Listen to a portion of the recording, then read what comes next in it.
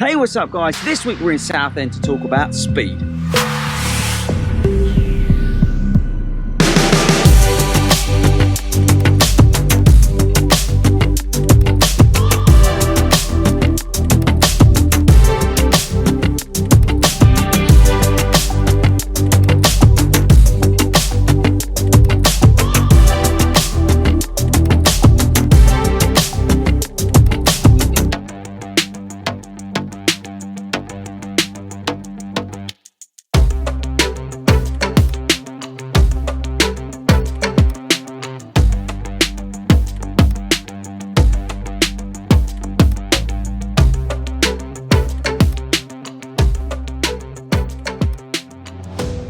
Hey guys, what's up and welcome to another week of marathon training. Hopefully, hope you're all doing really well. We're going to get onto the speed session real soon and talk about speed tips after I was down in Southend from that amazing run with those two awesome people, Michael and Helen. But first, let's have a little bit of a catch up, talk about marathon training in general and some of those races that got cancelled. Right guys, so this week I took a down week, I suppose you'd call it. It's always important in your marathon training to take a recovery week, which for me just means running less basically. Instead of running 6 times, I ran 4. I just took it a little bit easier really. It was great fun down in Southend.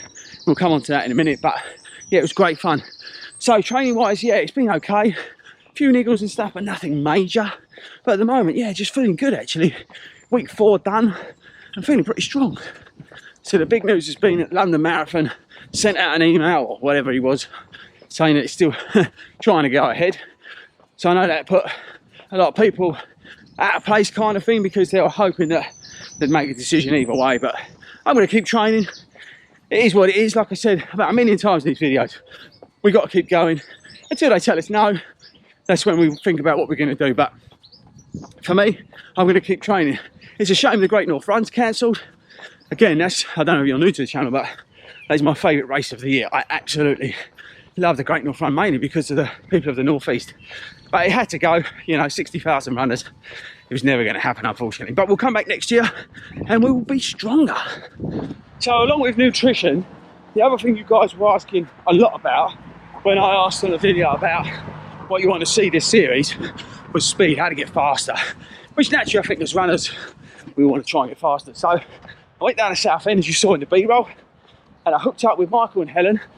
Now Michael's the fastest runner I know, and this week he's got some tips for us on how to run faster. Right guys, so I'm here in Southend, Michael's here. Now Michael is the fastest person I know. Not only is he the fastest person I know, he's one of the nicest people I know. He runs a marathon in 2:52, a half in, now what was it? 1:21.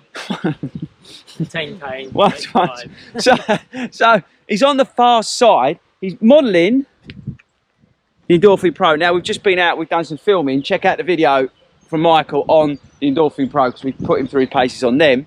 But today I'm down here because one, we wanted to do a social distance run and Helen was here and it's awesome. But really just to get some speed tips because I say you run like mental fast, but you were never, like you worked hard to get that speed. So yeah, you're like a perfect example, I think, to give tips. Someone like, you know, I go to Michael when I'm struggling, I go to Michael for tips and stuff. So for somebody to try and get faster, what sort of workouts are you doing? What do you concentrate on? All that sort of stuff. I think most of it is just to get out and run. Like slowly, start off slowly running, build your miles up.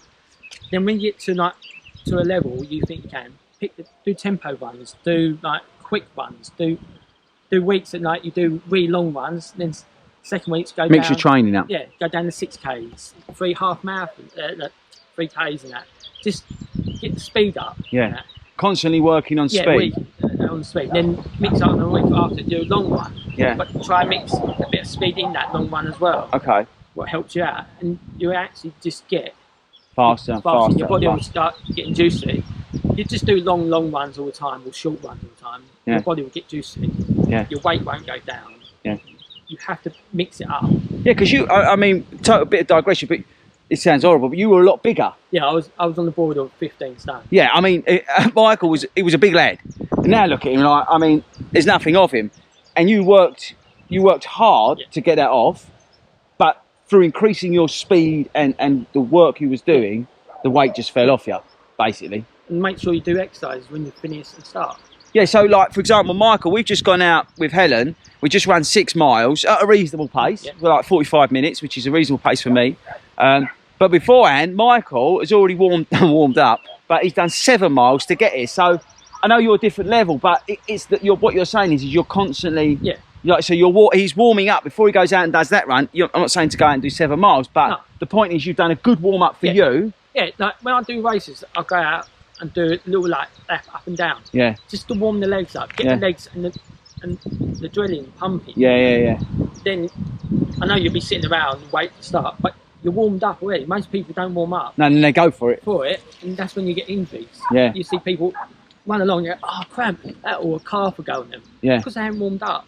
So again, like if you're doing a speed session, it is really important to warm up. Yeah, warm up, do your exercises. Yeah. That before you start. Then go off and do your speed. Do your session and then cool down. Hill sessions are good. Yeah. Well, you do the steps. They're in Southend. Down on the front of Southend here in Essex, there's a load of steps up. Is it the Chris Pavilion? How many steps is that? 100 or something stupid, isn't it?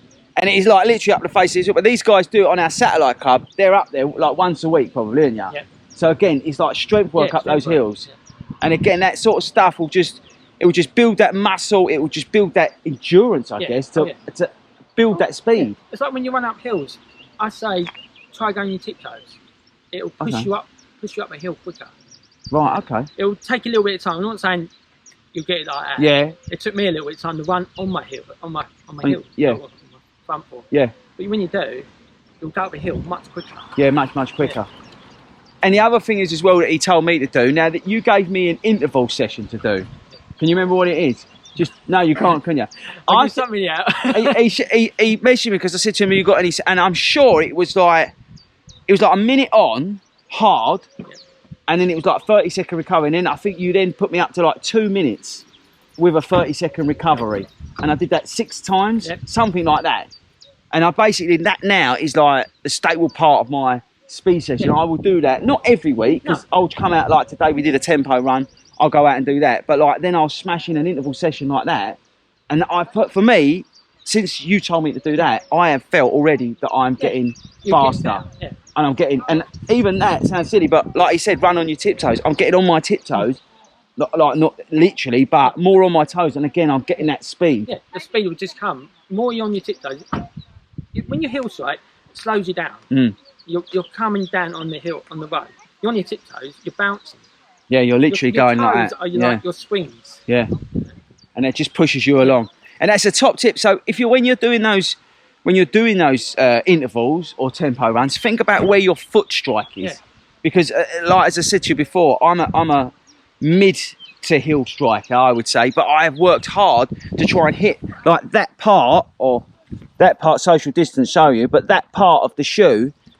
And if you can even just bring yourself onto that again, you'll notice the speed and you'll carry more speed. And when you've got plate, what snaps you up on your hip, that'll help you more. Yeah, if he's talking about the plates, because we've been out testing these plated shoes this morning. I brought the Alpha Flies down. Helen, who was here, she was in the ASICS Meta Race, and she's got them again. So you know, we're not saying to go out and buy these hyper shoes, spend 200 quid to make you run faster, because to be honest with you, if you do a lot more work on speed, that will naturally, but these sort of shoes, I mean, that's going to make, for when he gets back racing, he's going to probably go from 121, probably below 120, I'm guessing, on a half marathon. On the half marathon, I'm looking around 160. What's your park run record, by the way? 17:11. 17 minutes, people. I go around in about 27 minutes.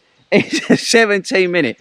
I think that's amazing, actually. I think to take away, just to conclude, really what you're saying, about getting on your toes, and just building that strength slowly and building and work on that speed. Don't just sit there and go, I'm going to go and do long run. I'm just going to go and do 6 miles. I'm just going to go and do 5 miles. Think about your sessions. Try and work out what you do. Google intervals. Even mix up your runs. Yeah. Like instead of running flat all the time, mix it with hills. Yeah. Mix it with trails. It'll benefit you in the long run. And it'll just get you stronger. And then ultimately, faster, right? Faster, yeah. There we go. See? Told you he was the man to ask. Right, that's it from me and him this week. I hope you've had a good week. We will catch you some other time. Look out for his video on the Endorphin Pros, because it's an awesome one. We'll catch you guys later.